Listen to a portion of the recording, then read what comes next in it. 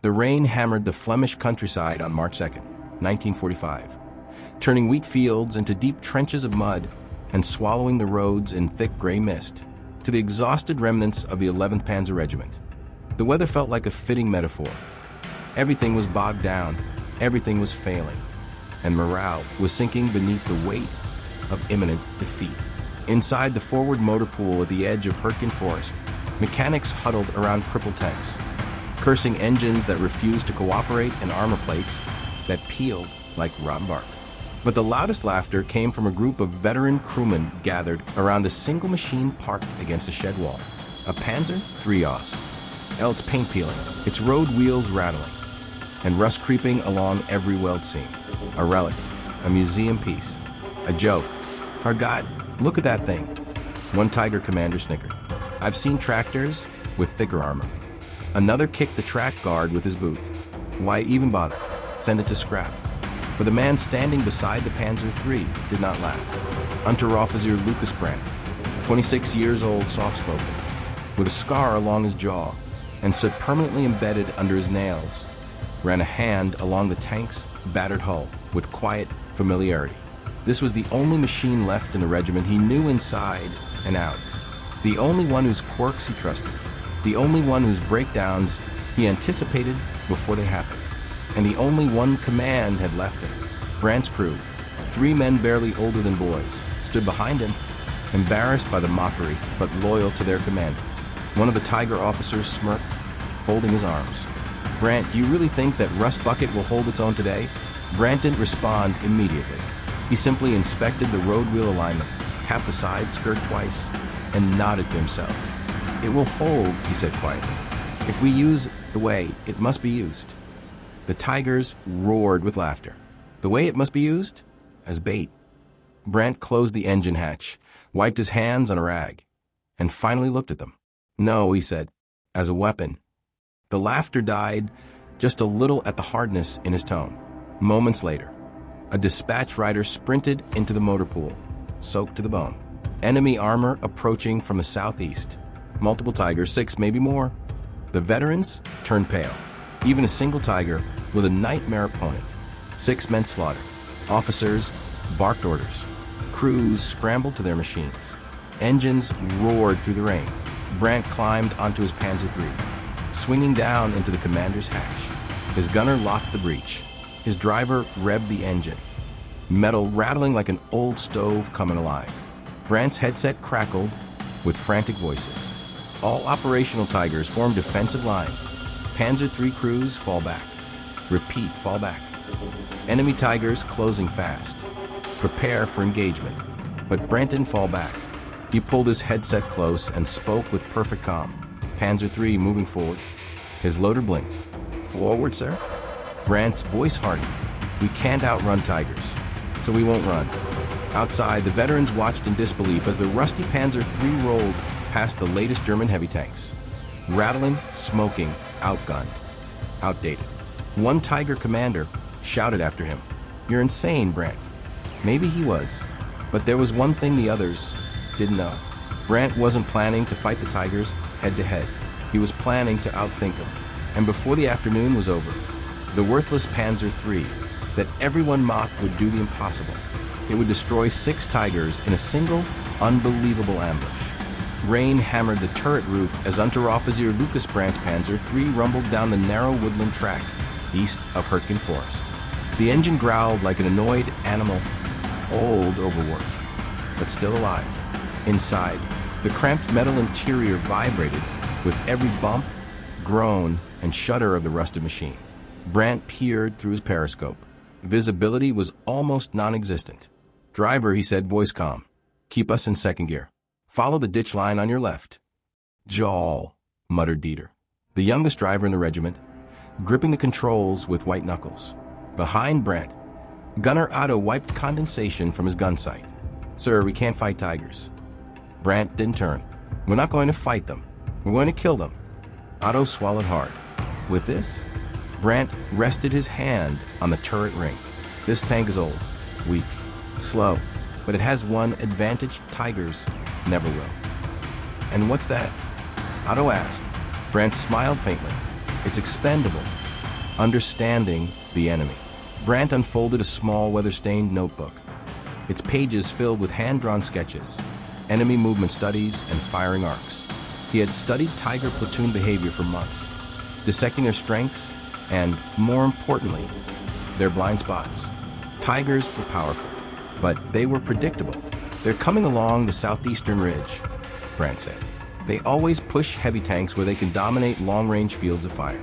But the storm is ruining their visibility. They won't risk the low ground.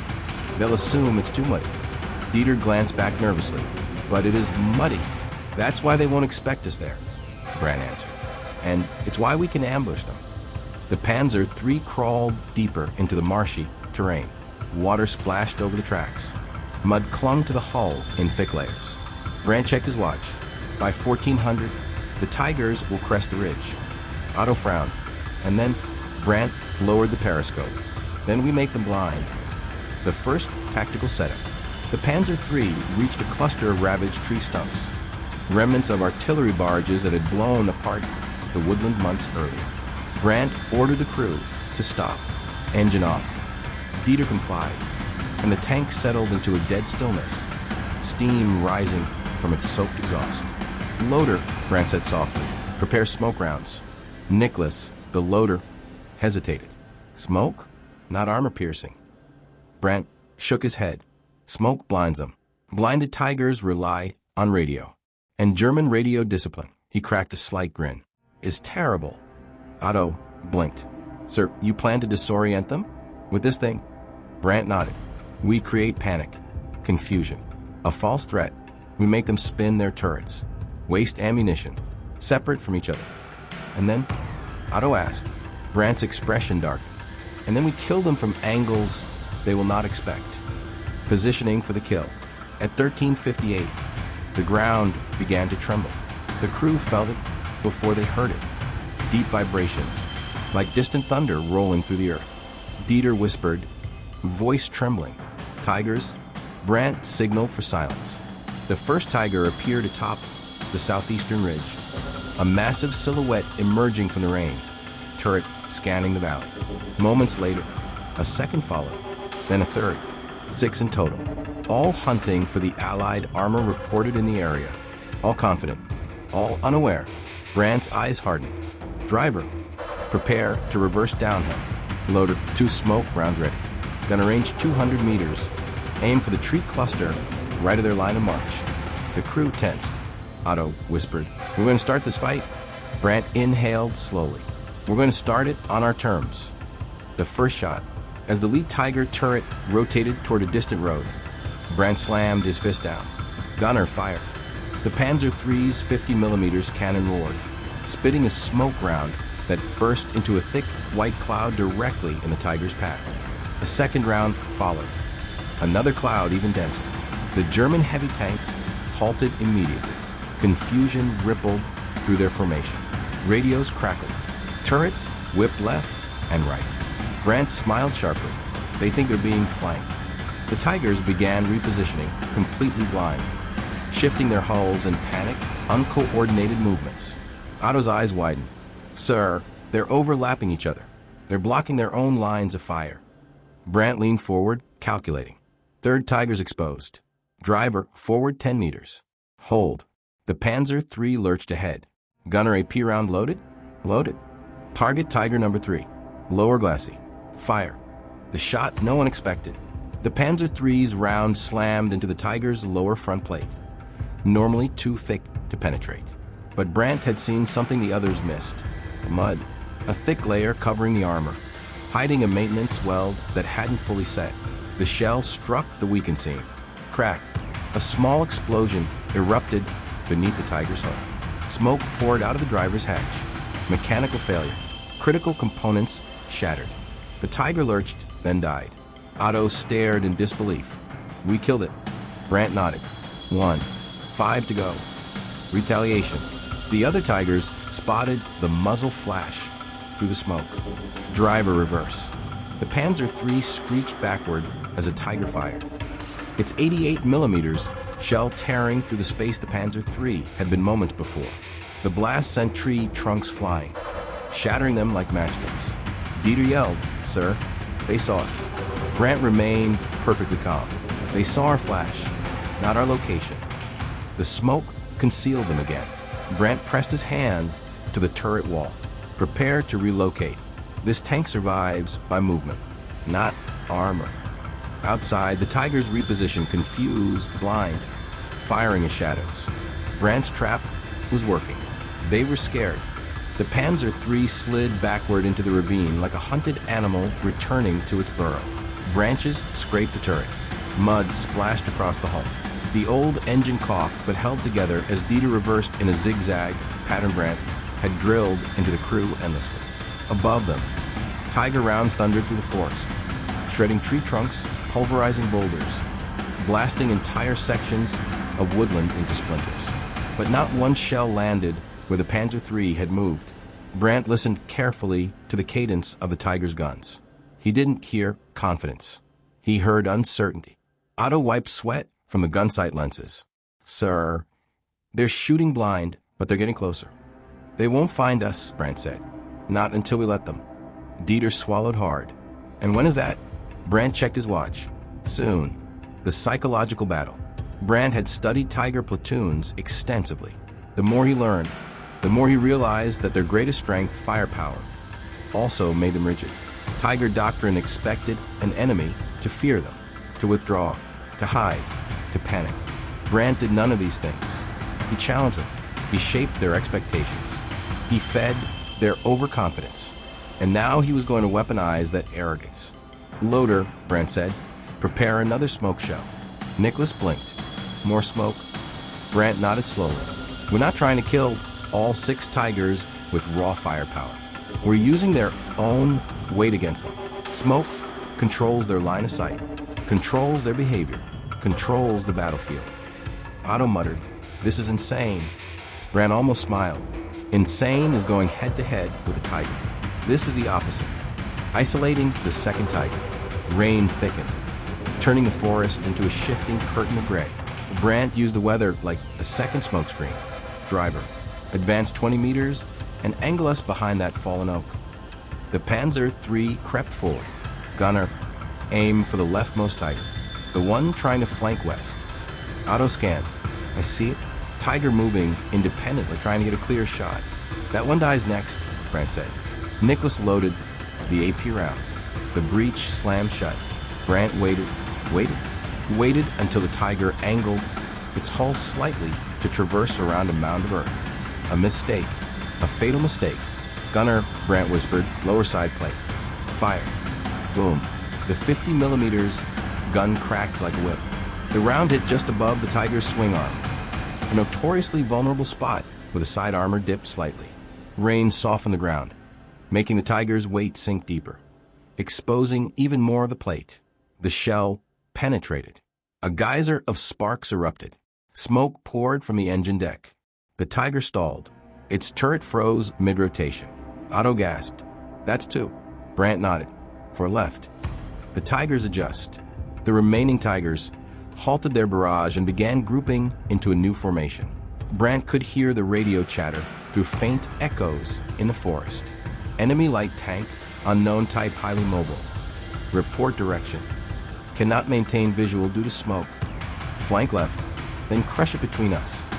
Brant murmured. "They think we're a reconnaissance tank or an American light tank." Dieter laughed nervously. "Sir, if they knew we were a Panzer III, they'd split up and hunt us properly.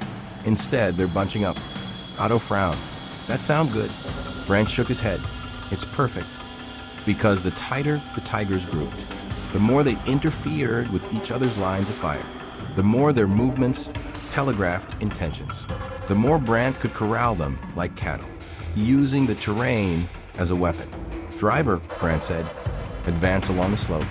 Keep the ravine between us and them." The Panzer III hugged the contour.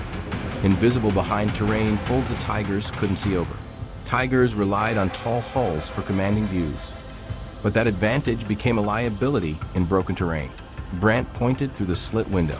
"They'll follow the ridge path. They always do. The ground feels safer, more predictable." Dieter asked.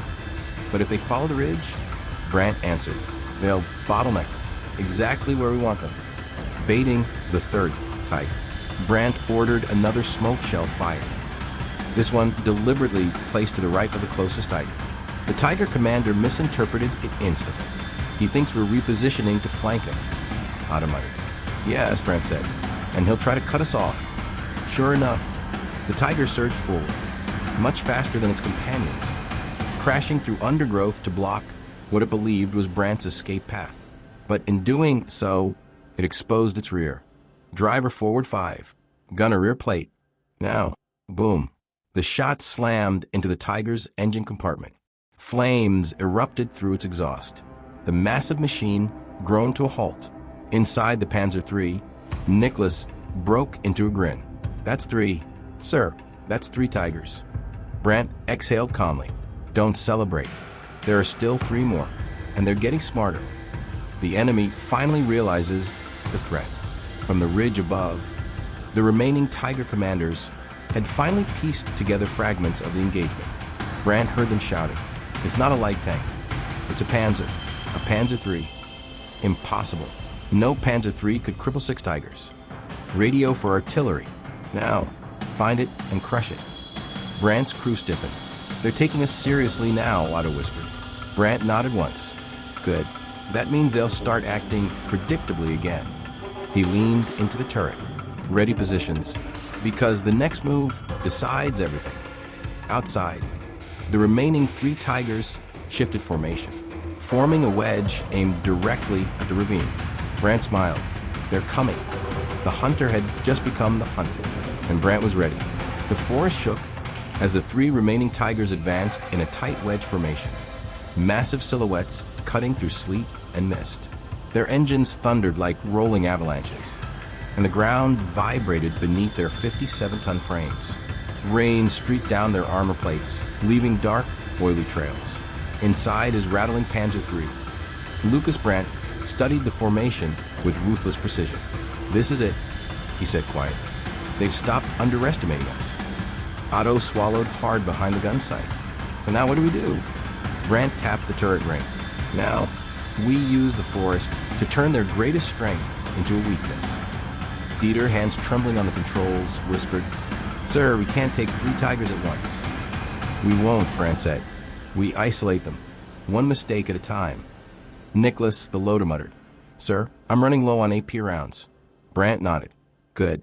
Then let's make every shot count." The tigers split up, just as Brandt predicted. Through the periscope, Brandt watched the wedge shift slightly as the enemy commanders barked orders. Left element sweep the ravine. Right element climb the ridge. Center holds position. Brandt smiled. "Perfect. They're afraid of being flanked again. They're spreading out to box us in." Otto's voice cracked. "That's perfect." Brandt pointed to a narrow stretch of ravine ahead. The more they spread out, the more alone each of them becomes. The Panzer III growled forward, weaving through shattered logs and broken earth until they reached a small rise. Just enough elevation to give the 50mm a downward shot. Brandt's tone sharpened. "Gunner, tiger left flank. He's dipping into the ravine. That lowers his side armor angle." Otto aligned the gun sight. "I see him. Range, 180 meters. Loader P. Clump. Breach closed." Brandt whispered, "Fire." Tiger number 4. The round slammed into the tiger's exposed flank, right above the bogey assembly. Sparks sprayed into the rain. The heavy tank spasmed violently, losing traction in the mud. Its track spun uselessly. Then, a bright flash from the rear deck. A plume of black smoke. Otto gasped. Dieter laughed in shock. Nicholas muttered a prayer. "That's 4, Brandt said. But his voice wasn't triumphant. It was calculating. Because the moment that tiger died, the other 2 reacted instantly. Enemy left. Close the gap. Push forward and crush him. He can't escape now, advance. Brandt's eyes narrowed. They're executing a pincer. Otto stared. "What do we do?" Brandt's voice softened into something cold and sharp. "We let them. The trap within the trap." The 2 remaining tigers rolled forward, one descending into the ravine, the other pushing along the ridge to cut off Brandt's retreat. Heavy branches cracked under their weight. Their engines roared as they maneuvered. Inside the Panzer III, The tension thickened to the point of suffocation. Dieter whispered, "They're boxing us in?" Brandt nodded. "Yes, and in 10 seconds they'll be exactly where we need them." The forest floor ahead of them sloped into a funnel of rock and fallen timber. Rainwater had carved deep trenches through the soil. Brandt had noticed these earlier and recognized their shape instantly. Natural track traps, soft ground resembling stable terrain, but beneath the surface, a thin crust of mud covering deep wheel-width ruts, perfect for snaring heavy tanks. "Driver," Brandt said quietly, "hold position behind the boulder." Dieter locked the brakes. Tiger number 5 walks into the ambush. The Tiger on the ridge accelerated, pushing hard toward Brandt's position. The earth trembled as it aimed to crush the Panzer III in a single decisive charge. Brandt waited. 21 meters, 18 meters, 15 meters. The Tiger's left track hit the unstable ground. Crack. The crust gave way. The track collapsed into a rut a meter deep. The Tiger lurched violently, turret swaying, chassis tilting into the ravine wall. It was immobilized. Otto was already aiming. Brandt spoke calmly. "Gunner mantlet ring. Fire." Boom. The 50 millimeters round struck the thin armor just beneath the Tiger's main gun. Sparks burst outward. The turret jerked, then froze. Black smoke trickled from the periscope housings. Inside their Panzer III, the crew stared in disbelief. "That's 5. Nicholas shouted. Brandt raised a hand. "Don't celebrate. The last one is the smartest." Tiger number 6, the duel in the storm. The final Tiger halted on the opposite ridge, its commander scanning the forest with deliberate caution. This one wasn't panicking. It wasn't rushing. It wasn't falling for tricks. Otto muttered, "He knows where we are." Brandt nodded. "Yes, and he won't make the others' mistakes." The Tiger began to reposition, slow, methodical, angling downhill to get a clear shot at Brandt's location. "Driver," Brandt said, "prepare to move on my mark." Dieter whispered, "Mark or miracle?" Brandt ignored the comment. He leaned into the periscope, rain smashing against the glass, until he saw what he was waiting for. A lone shattered tree trunk, a perfect ricochet angle. "Driver forward 3. Gunner here round." Otto blinked. "He. Against a Tiger?" Brandt's voice hardened. "Yes, he. Brittle tree. Soft ground. Redirected blast." It made no sense until the loader understood. "Oh my God, you're going to blind it." Brandt nodded. "Fire." The shot that decided the battle. The He shell struck the shattered tree trunk. Boom, crack. The trunk exploded in a horizontal blast of splinters, soil, and debris, slamming directly into the Tiger's optics, periscopes, and ventilators. The Tiger's turret jerked violently. Crew blinded. Radio corrupted. Engine choking with debris. Brandt shouted, "Driver now. Right flank." The Panzer III surged forward. One last charge through mud and rain. Otto breathed. "We're taking a Tiger head on." Brandt's voice cut through the storm. "We're not taking it head on. We're taking its blindness." The final Tiger struggled to rotate its turret. Slow, stiff, panicked. Brandt lined up the shot. Gun a lower rear plate. Fire. Boom. The Tiger shuddered. Smoke poured upward. The engine coughed. Then, the giant machine went still. Tiger number 6 was dead. Brandt sank back into a seat, soaking in the silence. Dieter whispered, "We killed all 6. Otto exhaled. With a Panzer III. Nicholas stared forward in awe. "No one will believe this." Brandt finally spoke. "They don't have to believe it. They just have to see the results." The rain began to ease, leaving a foggy stillness over the ravaged forest. Smoke drifted from 6 immobilized German Tigers. Massive steel beasts lying crippled across a landscape carved by explosions. The battlefield looked impossible, surreal, like a nightmare frozen in time.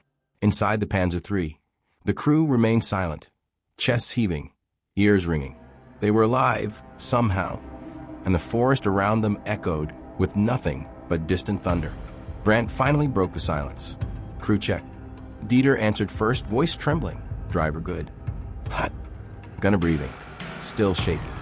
"Nicholas, loader alive. Short on ammo. Very short." Brandt nodded slowly, wiping mud from his brow. Good. Then we move. Otto blinked. Move? Sir, we just destroyed 6 Tigers. We should pull back while we can. Brandt shook his head. No, not yet. He looked out across the forest. A strategist's gaze, calculating, searching. Those Tigers weren't alone. The crew froze. The realization. Brandt lifted his headset, adjusting the wet, crackling earpiece. He could faintly hear radio chatter across German frequencies. Static-filled, panicked, disbelieving. All Tigers down, repeat, all 6 Tigers down. Enemy tank, unidentified, fast, highly maneuverable. Request reinforcement, infantry, and at support immediately. Dieter looked at Brandt with wide eyes. They think we're something else. They still don't know it was us. Exactly, Brandt said. They're confused. That confusion won't last long. He tapped the turret wall. We have minutes before infantry arrives. And if they bring anti-tank guns. Otto finished for him. We're dead. Brandt nodded. So we disappear. The vanishing tank. Brandt unfolded his soaked notebook. Pages smeared with rain, but still legible. He studied a contour sketch he drew days earlier. A dry creek bed, half buried under debris. Just wide enough to fit a Panzer III if angled correctly. He pointed. There, the creek bed. We hide the tank under the root overhang. Dieter stared in disbelief. Sir, that's barely a ditch. We'll get stuck. Brandt smirked. I'm counting on it. If we wedge the hull deep enough, we look like battlefield wreckage. Nicholas blinked. You want us to pretend we're dead? Brandt nodded. Yes, because right now the most dangerous thing we can do is look alive. The crew exchanged glances, fear mixing with admiration. Driver, Brandt said, take us down the slope, carefully. The Panzer III groaned forward, its tracks grinding over roots and rocks as it descended into the shallow creek. With one final bounce, it lodged tightly under a slanted tangle of exposed roots and wet earth. The tank was nearly invisible. Brandt shut down the engine. Silence fell. German counterforce arrives. Minutes later, boots splashed through the mud. Dozens of them. Brandt peeked through a shattered corner of foliage. A reinforced German infantry platoon arrived on the scene. Rifles up, MG teams deploying. Officers shouting in confusion. One officer knelt beside the destroyed Tigers, touching the armor as if confirming they were real. How is this possible? 6 Tigers? In small arms range. What kind of tank did this? Another soldier pointed at fresh track marks in the mud. This way. Follow the tracks. Brandt whispered through clenched teeth. They'll find us if they follow those tracks too far. But then, the soldiers hit the sudden drop-off where the creek bed began. The rain had washed out the tracks beyond recognition. The trail disappeared. Brandt allowed himself the tiniest breath of relief. Otto whispered, we got lucky. No, Brandt corrected. We got unreadable terrain. The hunt intensifies. The German officer barked new orders. Fan out. Search the ravine. Bring up the Pack 40. It must be hiding nearby. At the sound of Pack 40, everyone in the Panzer III stiffened. A 75mm anti-tank gun. Even a glancing hit would turn their aged machine into molten steel. Brandt studied the patrol's formations. They're assuming we're mobile, he whispered. They're wrong. As soldiers combed through bushes just meters from the Panzer III, Brandt kept his crew motionless, barely breathing. German boots cracked branches above them. A flashlight beam swept the creek bed. Mud dripped from a helmet directly onto the tank's buried hull. A single wrong movement, a cough, the clink of metal. Instant death. Nicholas clenched his eyes shut. Dieter held his breath until his vision blurred. Then, nothing here. Move on. The patrol shifted away. Boots receded. Voices faded. Brandt finally exhaled. We wait another 10 minutes. Crawling out from the grave. After 15 tense minutes, Brandt ordered, driver slow ignition. The engine sputtered softly, muffled under the roots. No one outside would hear it through the rain. Reverse, Brandt whispered.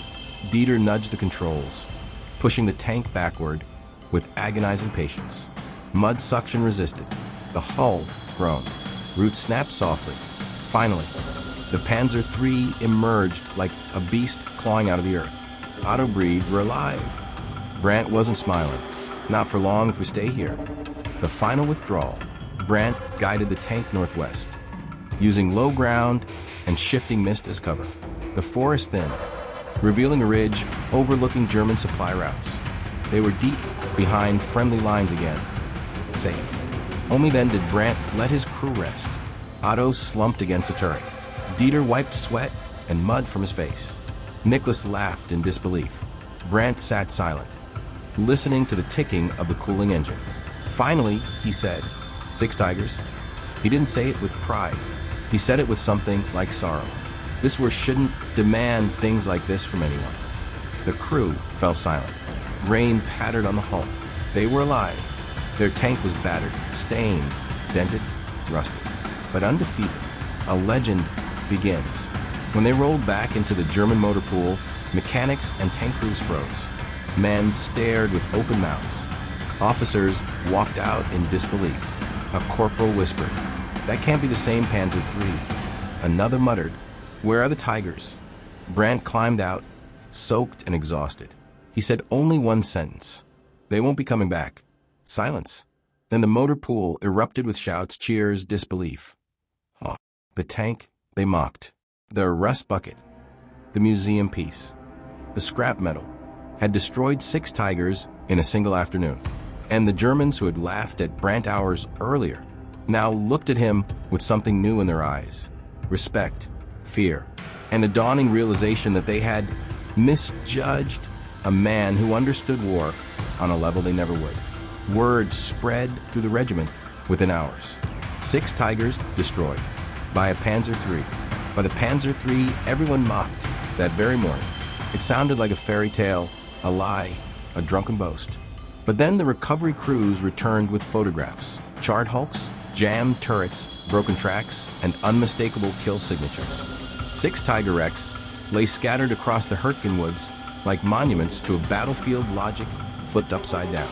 And every one of those wrecks had been felled through maneuver, terrain mastery, timing, and the mind of one man. Brandt faces command. When Unteroffizier Lucas Brandt arrived at regimental headquarters, he wore the same mud-caked uniform, the same soot-smudged face, and the same quiet expression that had fooled so many into thinking he was ordinary. The colonel leaned across a field desk littered with maps and reports. "Brandt," he said slowly, "I don't know whether to commend you or ask if you're out of your mind." Brandt replied simply, "I used what I had, sir." The colonel tapped the report. "You defeated 6 Tigers. With this," he held up a grease-smeared photograph of the battered Panzer III, "and no other support." Brandt said nothing, because the truth wasn't that he had defeated the Tigers. It was that he had outthought them, outmaneuvered them, turned their strengths into vulnerabilities. The colonel sighed softly. "You understand this will never be believed." Brandt nodded. "Yes, but the men know what happened." The colonel stood, saluted, and spoke quietly. "And so do I." The rusted tank that refused to die. The Panzer III received quick, crude repairs. Crews flocked to it now not to mock, but to touch the hull like some relic of battlefield sorcery. Shell dents along the side told a silent story. Scraped mud in the shape of track traps marked where it had danced between giants. Men whispered nicknames. The Ghost Panzer, Brandt's Shadow, the Tiger Killer. But Brandt corrected each of them. It wasn't the tank. It was opportunity. And yet, even he knew the truth. Only a commander who understood the land as if it spoke to him, who knew his enemy better than they knew themselves, could turn a rusted Panzer III into a weapon feared across the forest. After the war, when Germany collapsed weeks later, Brandt surrendered his crew and tank to Allied forces. An American armor officer, having studied the wreckage of German heavy tanks in the forest, approached him. He asked only one question: "How did you do it?" Brandt replied the same way he had replied to his own commanders: "I used what I had." The American stared at the quiet young sergeant, not fully realizing he was speaking to one of the most brilliant improvisational tacticians of the war. Brandt never boasted. He never published memoirs. He never lectured or toured. After the war, he became a machinist, then a tool designer, raising a family in a small Bavarian town. To his children, he was a kind but quiet father. To his co-workers, he was a man with a strange ability to fix machinery by listening to it. Only at reunions when old comrades gathered with beer and trembling hands.